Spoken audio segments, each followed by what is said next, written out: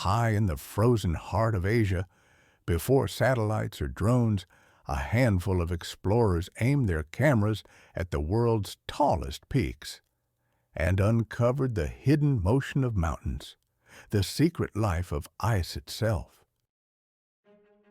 It's 2:20 a.m. I'm still buried in the Himalayan Club Journals, century-old field notes from the Himalayas. It's like diving deep into the documented history of the Himalayas from the early 1900s. The journals cover everything, from indigenous wisdom, cultural myths, to epic expeditions and groundbreaking discoveries. These forgotten stories are brought to life by synthetic voices in the Himalayan Journals podcast. Subscribe, zone out, binge, and pass it to a fellow mountain junkie.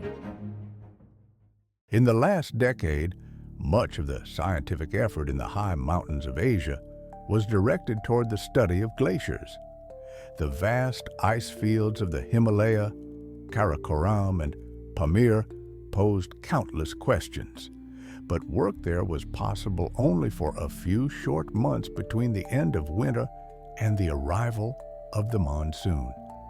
To overcome the limits of time and terrain, scientists turned to a new method, photogrammetry, which allowed them to carry out most of their work at home from photographs taken in the field. The story begins in 1909 when the Duke of the Abbruzzi's expedition to the Karakoram used intersection photogrammetry to map the Baltoro Glacier. 4 years later, in 1913, the German and Austrian Alpine Club's Pamir expedition applied stereo-photogrammetry to the Borolmus and Kizilsu glaciers. Their map, later plotted with the Oral Zeiss stereoautograph, proved that a single short season in the field could produce detailed and accurate surveys of even the roughest mountain country. In 1921, Major Wheeler used the same method to survey the Everest Massif. Some of his photographs were taken from heights above 7,000 meters, a remarkable technical feat. The following years saw further progress. British officers developed aerial photogrammetry, and Captain D.R. Crone of the Survey of India used oblique air photographs to map the northwest face of Nanga Parbat, a chart that greatly aided the German Nanga Parbat expedition of 1934. Around the same time, Lieutenant K. Mason used stereoscopic photographs to map the Tagdumbash Pamir and later the upper Shacksgam Valley.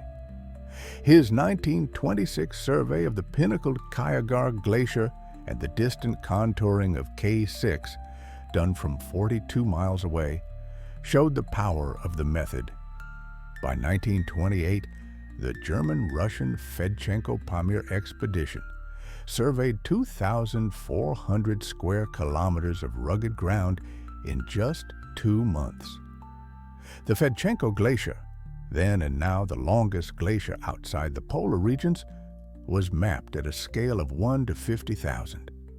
In 1929, the Duke of Spoleto extended the mapping of the Baltoro, while in 1931 K. Wien, during the German Kangchenjunga expedition, surveyed the Zemu Glacier in Sikkim despite constant bad weather.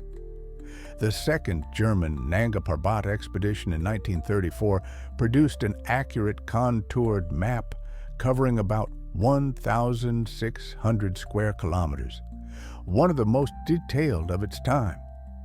3 years later, in 1937, Monsieur Spender continued Mason's work in the Shacksgam Valley, using an experimental Watts-Leica phototheodolite developed in London. Through these efforts, the glaciers of High Asia became among the best studied in the world. As results accumulated, scientists began to recognize 2 distinct glacier types. The Fedchenko represented the slow-moving kind, flowing smoothly and carrying its regular medial moraines. The Rakiot Glacier on Nanga Parbat, in contrast, tumbled down steep slopes at almost 800 meters a year, breaking into great blocks of ice. This block-Schollen movement was first identified through photogrammetric velocity measurements. The technique was simple but ingenious. A series of photographs was taken from fixed points along the stable valley side.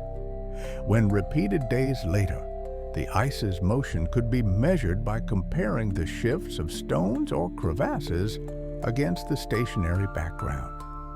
Using a phototheodolite and a stereo comparator, one person could record a glacier's movement within 3 hours, without ever stepping onto the dangerous crevassed ice. With this method, the Fedchenko's steady flow and the Rakiote's tumbling motion could be precisely quantified. These studies also revealed that rapidly advancing glaciers, such as those in Greenland and Spitsbergen, shared the same block-like movement. The broken surfaces of many Karakoram glaciers, like the Gongkumden and Kiagar, suggested similar behavior. J.B. Auden later noted that the Noande Glacier, smooth in 1929, had become heavily crevassed by 1937, likely due to an increase in velocity.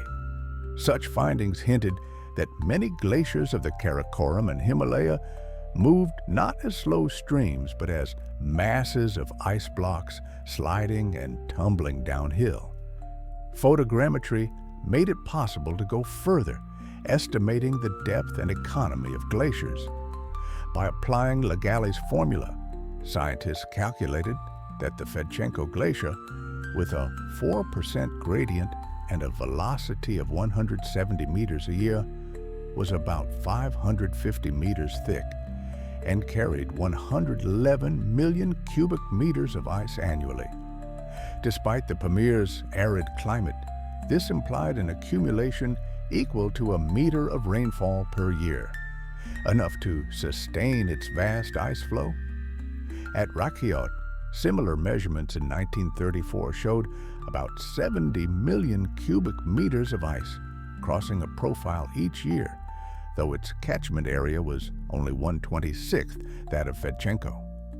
The accumulation there was estimated at 6 to 8 meters of rainfall equivalent per year, a striking contrast that revealed the heavy snow supply around Nanga Parbat. By the late 1930s, the method had also been used to study the Zemu Glacier, linking ice velocity to regional climate.